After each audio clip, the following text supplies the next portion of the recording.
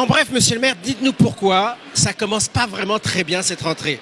Lundi prochain, l'accueil le matin, l'accueil le soir, la cantine en maternelle ne seront pas assurés lundi et peut-être les jours suivants. Vous êtes touché par un mouvement de grève d'une partie des agents communaux. Alors tout d'abord, expliquez-nous, est-ce qu'il ne pouvait pas avoir avant ce mouvement de grève des discussions entre vous et le personnel? Est-ce qu'il ne pouvait pas avoir une rencontre pour que la rentrée se passe bien? Alors, tout d'abord, je voudrais m'excuser auprès des parents qui sont les personnes qui souffrent le plus de cette situation, parce que ça, on peut dire qu'ils sont gênés. C'est vraiment pas marrant d'abord de pas savoir et ensuite de devoir faire garder ses enfants. Et pour ceux qui se travaillent, c'est un vrai handicap.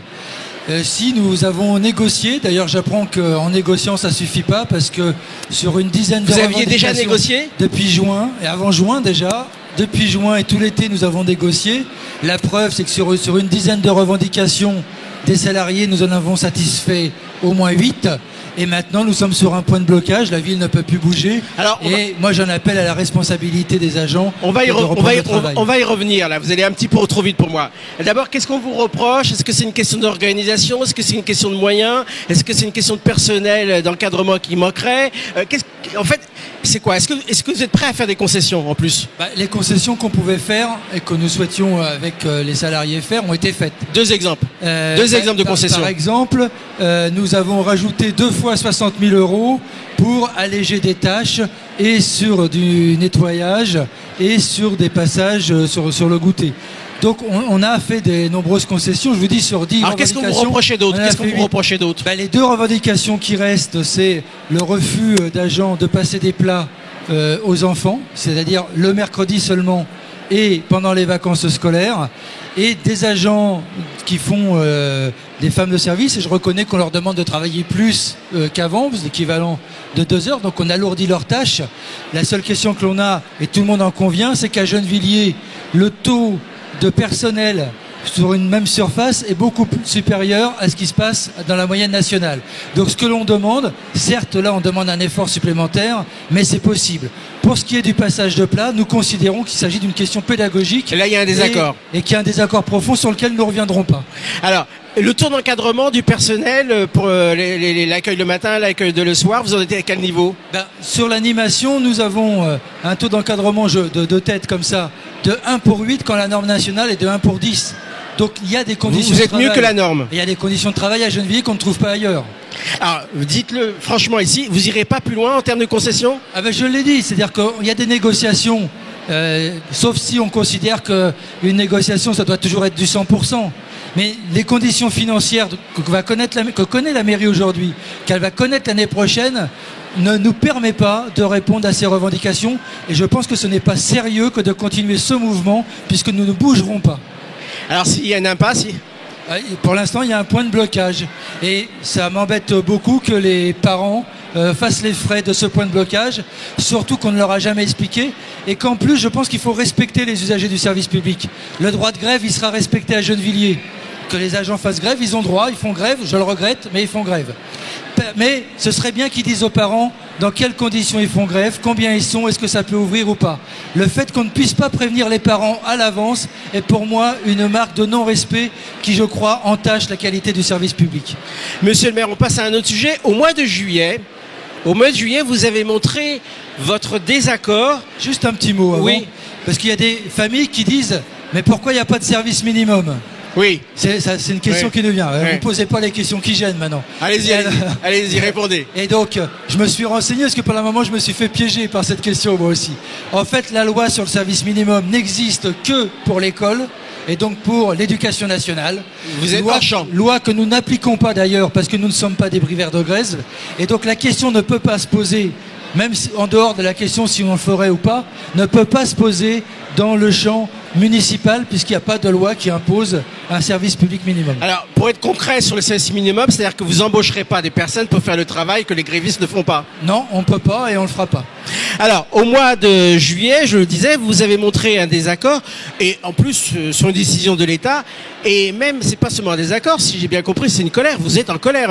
Cet été, vous étiez en colère à propos de l'avenir proche de l'office HLM. Vous voyez bien de quoi que je parle. Cet office HLM qui sera plus géré par les Gennevillois, ça ne sera plus une gestion locale, ce sera une gestion extérieure, intercommunauté aux métropoles, on verra, mais ça ne sera plus les Gennevillois.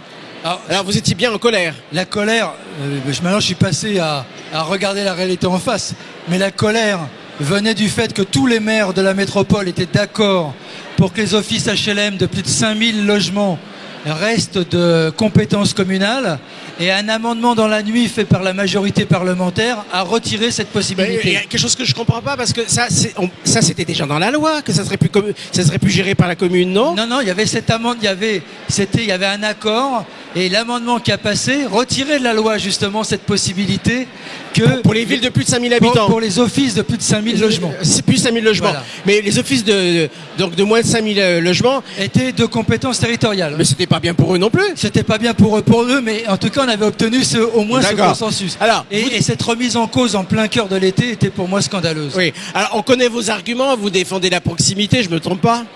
Vous défendez la proximité? Pas seulement, on défend la proximité. Voyez, quand Madame NKM, Nathalie Kosciusko-Morizet, qui sera peut-être la future présidente de la métropole, annonce qu'elle va vendre du logement social, moi je m'inquiète sur Gennevilliers. Parce que si elle se met à vendre du logement social, ça veut dire qu'il n'y aura plus de logements sociaux pour les Gennevillois. Et les logements sociaux vendus, ça peut faire comme ce qui se passe à Clichy-sous-Bois, parce que les logements dégradés, c'est pas le logement HLM, ce sont les copropriétés dont les gens ont acheté pas cher, mais ne peuvent pas entretenir. On va y revenir, mais d'abord sur la proximité. Franchement, la proximité, ça fait un temps énorme que ça dure. C'est des décennies qu'il y a une gestion de proximité. Et vous n'arrivez toujours pas à réduire le nombre important de demandeurs de logement, et la durée d'attente pour avoir un logement se compte en nombre d'années. Alors, la proximité a fait la démonstration que ça ne résout pas ce problème de demandeurs énormes de logement. Vous avez à moitié raison. La proximité, c'est pas le nombre de logements qu'on construit uniquement. La proximité, c'est par exemple un choix fait à Gennevilliers de un gardien pour 110 habitants. Vous regardez les sociétés HLM privées, c'est un gardien pour 300 habitants et il n'habite pas dans le logement. C'est la qualité. Moi, je dis à tout le monde, regardez la qualité et l'entretien des HLM de Gennevilliers par rapport aux HLM de toutes les villes aux alentours. Pour le cadre de vie, c'est la proximité. Le cadre de vie, le logement, la proximité, ça compte, mais pour la demande de logement, pour la demande de logement, vous avez fait la démonstration que tant que c'était une gestion communale, pour dire les choses, eh bien ce problème de résorption de demandeurs de logement, il n'est pas résolu depuis des années et des années. Moi, je fais la différence entre une gestion communale où à Gennevilliers, on construit des logements sociaux en nombre suffisant et on peut attribuer 600 à 700 logements par an, et mon collègue Anneau à Villejuif, à Champigny, qui lui ne peut attribuer que 40 logements par an parce que les logements sont attribués par d'autres. Et donc pour les Gennevillois, même s'il y a des délais trop longs quand c'est représenté à l'échelle personnelle, ils sont à Gennevilliers plus courts, et je vous propose de comparer avec toutes les villes, plus courts qu'ailleurs, même si c'est trop long à l'échelle individuelle, je le reconnais, mais c'est plus court qu'ailleurs. Si on fait Paris, il faut attendre 10 ans, voire vous êtes sûr de ne pas en avoir, un logement social. Si vous allez à Asnières, combien de temps les gens attendent un logement social? Ici, c'est plus rapide. Mais justement, donc, ensuite, la question du logement n'est pas qu'une question de proximité pour le nombre, c'est à l'État de prendre ses responsabilités. Et la loi aujourd'hui qui donnerait à la métropole la question du logement, c'est se mettre à l'impuissance. Parce que la métropole ne peut pas construire plus de logements que l'État, parce que la métropole sera en difficulté pour imposer aux maires des constructions là où ils n'en construisent pas. Mais pourquoi ils seraient en difficulté? Je ne comprends pas ça. Pourquoi les maires seraient en difficulté? Parce que la métropole... Attendez, j'explique ma question. Puisqu'ils seront ensemble à décider l'avenir du logement. Et au lieu d'être décidés maire par maire, ils sont ensemble pour dire il faut des logements. Est-ce que c'est pas là une solution pour sortir de cette impasse? Je vous ai connu moins naïf. Si la question de la construction du logement social est une question de bonne volonté tous ensemble, ça se saurait. Mais les maires et des populations décident de ne pas construire de logement social. Si le maire de Sceaux ne construit pas de logements sociaux alors que lui en veut, c'est parce que sa population en refuse. Il a une population égoïste. Bien, la métropole permettrait... Non, parce que la métropole, ce sera un conseil de maires.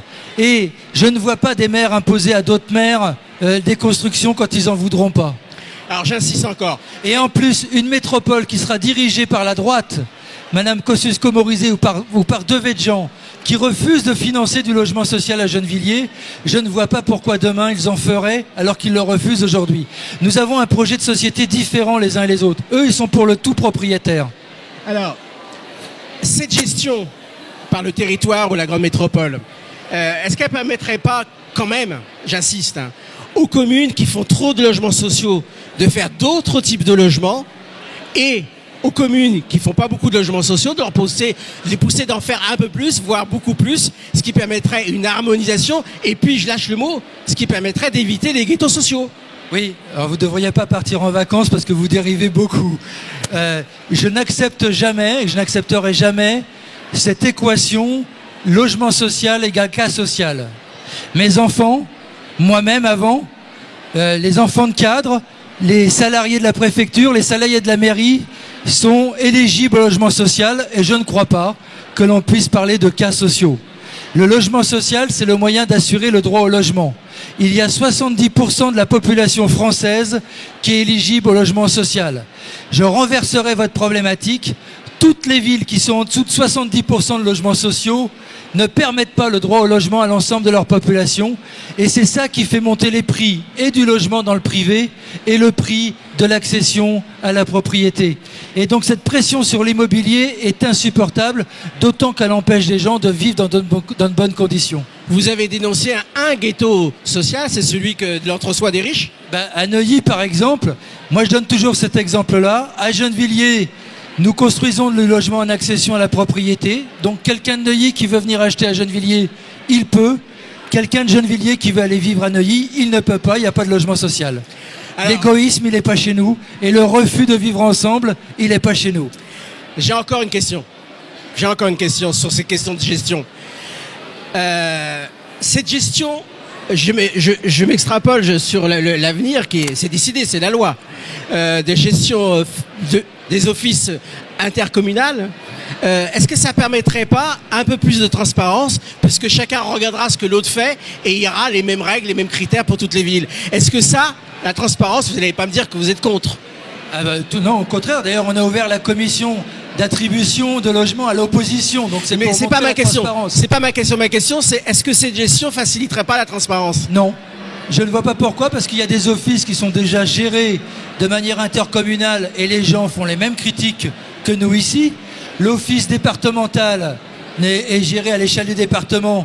Et quand on regarde la cité jardin gérée par l'office départemental où il n'y a quasiment pas de Gennevillois relogés dans cet office, ça montre qu'à la fois il n'y a pas de transparence, mais qu'ils s'en servent pour autre chose.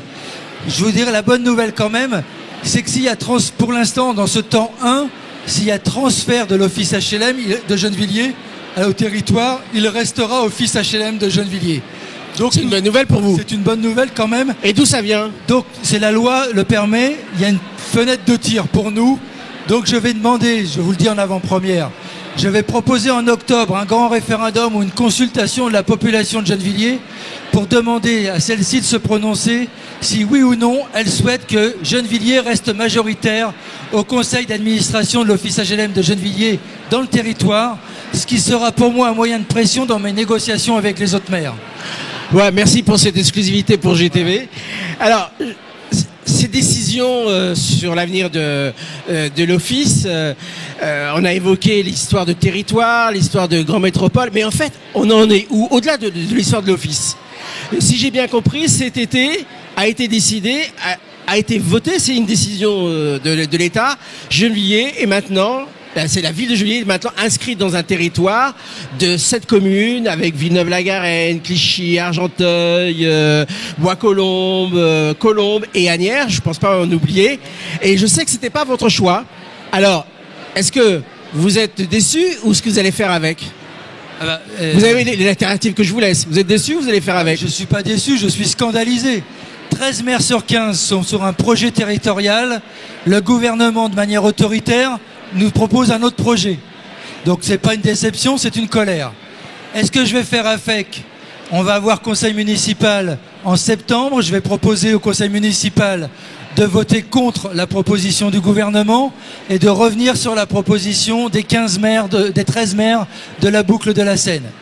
Et après, je ferai avec, puisque de toute façon, notre avis n'est que consultatif. Ce territoire va se constituer, malgré notre avis. Et donc, je suis quelqu'un qui n'est pas qu'un résistant, je suis un combattant. Et donc, on combattra pour que, même dans cette échelle du petit territoire, le programme que nous avons voté, que les Gennevillois ont voté, se mette en œuvre dans le cadre de ce petit territoire. Mais justement, j'allais vous poser cette question. Dans le cadre de votre programme, dites-vous, mais votre programme, c'est ce qui se décide à Gennevilliers, c'est les Gennevillois qui le décident. Est-ce que ça, c'est pas un peu entamé? Est-ce que c'est pas un peu grignoté, voire beaucoup grignoté? Avec la notion de territoire, la notion de grande métropole, avec la notion de compétences que vous aurez en moins. Vous savez, Jacques Bourgoin, maintenant, c'est toujours s'il ne s'excuse pas, il me dit t'as vraiment pas de peau. Parce que moins de finances publiques, baisse des recettes pour la ville, moins de compétences, un territoire et une métropole, les conditions ont complètement changé. C'est clair. Mais, donc je vous dis, ça va être plus difficile. Mais en même temps, je me dis qu'il y a eu des maires et des maires communistes avant la décentralisation, qui n'avaient pas toutes les compétences d'aujourd'hui et qui ont réussi, je pense à Valdec-Lhuillier, qui ont réussi à développer la ville avec la population. On fera ce qu'on sait faire, on luttera, on fera des projets, on se battra sur ce que l'on sait. La compétence du lycée, c'était pas notre compétence, on s'est battu auprès de la région pour avoir un lycée neuf, on l'a obtenu.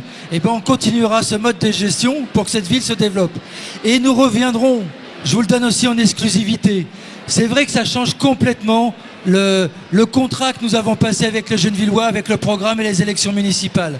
Et donc fin 2016 ou en 2017, selon les conditions et les capacités que nous aurons, nous reviendrons devant tous les Gennevillois dans des assises pour la ville sur ce thème. Voilà les conditions qui ont changé, voilà le programme municipal, comment on fait ensemble pour faire respecter ce que nous avons décidé ensemble. Décidément, deuxième exclusivité pour GTV.